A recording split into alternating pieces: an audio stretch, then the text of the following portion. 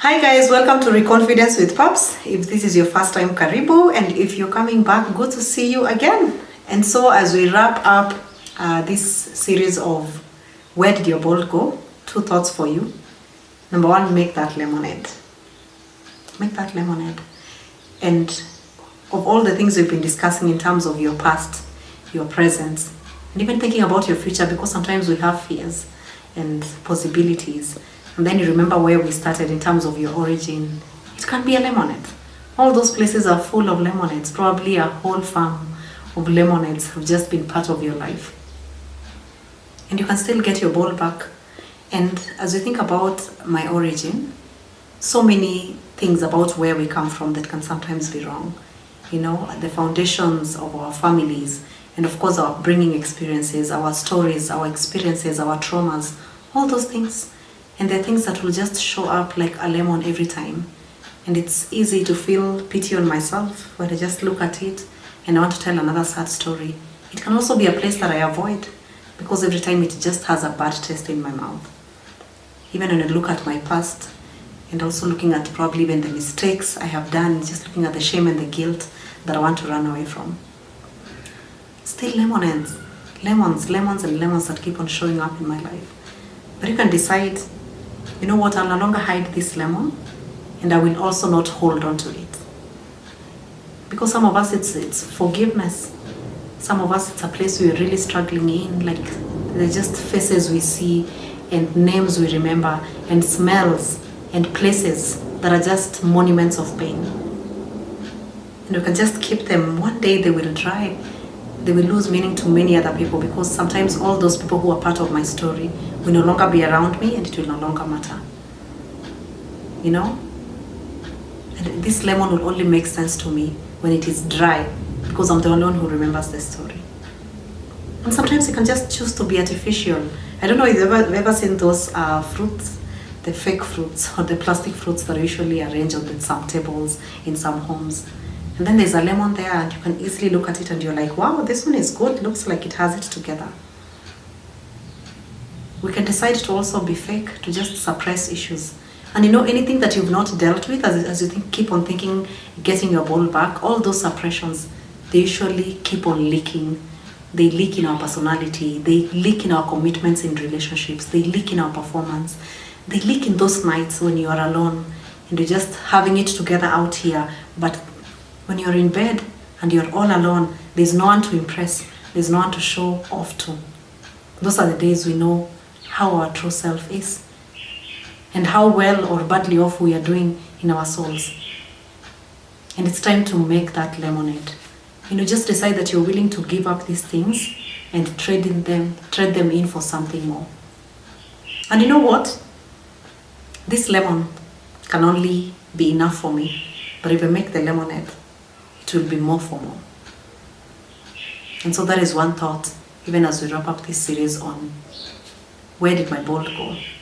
It may be a lemon, but I can decide to lose the lemon and get something better. And so as you think about making a lemonade, it's looking at all these things that are limitations to me and asking myself, how can I turn them to possibilities?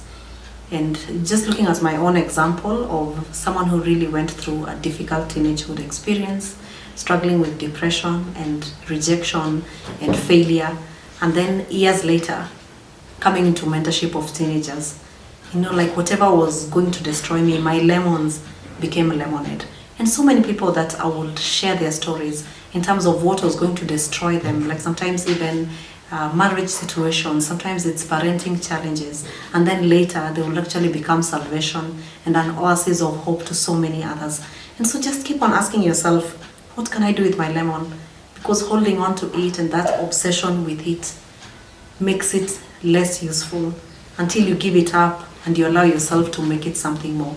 And so whether you need to go for therapy, whether you need to have a good conversation with a mentor or someone that you really look up to, just go and give up the lemon.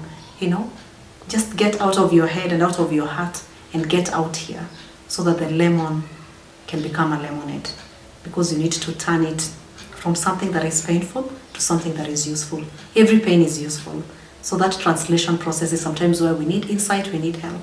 And I'm someone who is not ashamed to go for therapy whenever I feel like I'm really stuck on my lemon, I'm obsessing over my lemons. I just go and have a good conversation and so many light bulbs come on and I'm able to see what I can do. And so if you're feeling stuck on the next space, please feel free to reach out also for a free strategy session. I'm happy to help you process and just figure out what you can do with your lemons. Don't get stuck with them, okay? And then the second thought as we wrap up this series is the Serenity Prayer. I don't know whether you know it, but it's, Lord, give me the serenity to accept the things I cannot change, and the courage to change the things I can change, and the wisdom to know the difference. And that is such a powerful statement that has been here for hundreds of years. Like in terms of the power of, first of all, acceptance. There are so many things you can't change. Do you know you can't change your relatives? Do you know you can't change your height? Do you know you can't change your genes? Do you know you can't change your past? Do you know you can't change your children? Yeah, husband, we always have a contention on whether it's here or in the next space of courage. But just thinking about, first of all, the serenity, it's the places we need to embrace and make peace with. Because some of us are really stressed and obsessed over things we can do nothing about. And you know what? It takes a lot of emotional energy. It takes a lot of self-protection and self-preservation, which wastes a lot of time and resources in our lives. And so what if today you made peace with anything that you cannot change about your life? To just give those places a hug and be able to move beyond them. And so the Serenity Prayer is being able to, first of all, accept the things I cannot change. And so just want you to go over your life right now and look at all the things that probably are putting you down, things that have been killing your boldness, things that make you timid, make you afraid, make you anxious, and ask yourself, can I do anything about it? If not, give yourself a break. And then the next place is courage, because there's also a place of action to get your ball back. So you think about, where did my ball go? Ask yourself, what should I do? So many things you can change. I don't like my income. You can do something about it. I don't like my education level. Please, go back to school. I remember myself wanting to go back to school. I was earning 10,000. I wanted to go to the University of Nairobi. And fundraising through my friends, I know it was crazy. Honestly, when I look back, I don't know where I got those guts. I was 21 years old. But being able to do something about it, because I realized this is not a serenity problem, it's actually a courage problem. I need to get the courage to step out and do something about what I'm able to do something about. And so I don't know where you're feeling stuck. Is it something that you need to take bold actions? Change yourself. There's some habits I have. Yeah, like personally right now in the weight loss journey, that is something that I need courage to do the right thing. It's not a serenity problem. Yeah, you can decide to make peace with your weight.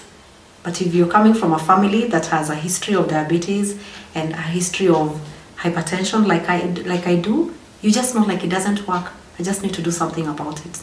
And so you choose the places that you need to bring in courage. If you don't like your current work situation, you can do something about it. You know, anything that is a trunk problem, you remember the trunk of a tree? First of all, there's the root. So I want you to say the Serenity Prayer as serenity for the root, because I can't change my roots. But the trunk, if I don't like the fruit that keeps on coming out of this, I can do grafting. Have you ever realized they graft the trunk and they don't graft the roots? Yeah, because the root, there's nothing you can do about it, but you can do the grafting on the trunk to change the outcome. And so what do you need to graft in your life? Get the courage and go and do something about it. Stop making excuses. Stop blaming other people. Just ask yourself, what can I do? What should I do? And there are so many people who expected miracles from Jesus, and they had to do something about it. Can you imagine even the guy who had to walk 2 miles to go and wash in the pool of Siloam so that he can see? I mean, Jesus would have just easily pakadi matope or did something and then the guy will see. But there was responsibility. Even the guys who expected the miracle in the Cana of Galilee, they had to fill in all the jars with water.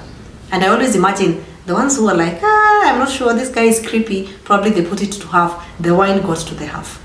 And so ask yourself, yes, I need a miracle, but what is my responsibility to make the miracle happen? And then after that, the Serenity Prayer is about the wisdom to know the difference. And I think that is where the bold back handle keeps on swinging across. Because the wisdom to know the difference is a day by day, case by case issue. And that is why today I'm going to encourage you to go make a list of all the things that right now are really putting you down. As you think about where did my ball go, just list down all the places that you feel were leakages of your confidence. Go back to as far as you can remember. Go back to your childhood. Look at yourself as a little child. Everybody can have a recollection of their lives from when they were 5. And so when you're 5-year-old, what was happening? What was your favorite dress? What is your favorite meal? Go back and reenact your life and just look at all the incidences that happened. And I love using the analogy of the crocodiles and the ladders. So what are the crocodiles? Probably you have some marks of some bites you got from your past. What are the crocodiles? And also what are the ladders? Who was there for you? Who showed up for you in a positive way? And so go and make that distinction all your life and then ask yourself, is this a trunk problem that I need to make peace with because I can't change? Or is it, no, I'm talking about the root problem. Is it a root problem, something that I can't change and I need to make peace with? Or is it a trunk problem, something that I need courage to do something about? And so wherever you are, get your ball back is about taking action. And so do not sit there helplessly anymore. Just remind yourself, it doesn't matter whether it's a past problem, a present problem, a future problem, an origin or destination problem, I can actually do something about it. And so it's time to get your ball back. Ciao.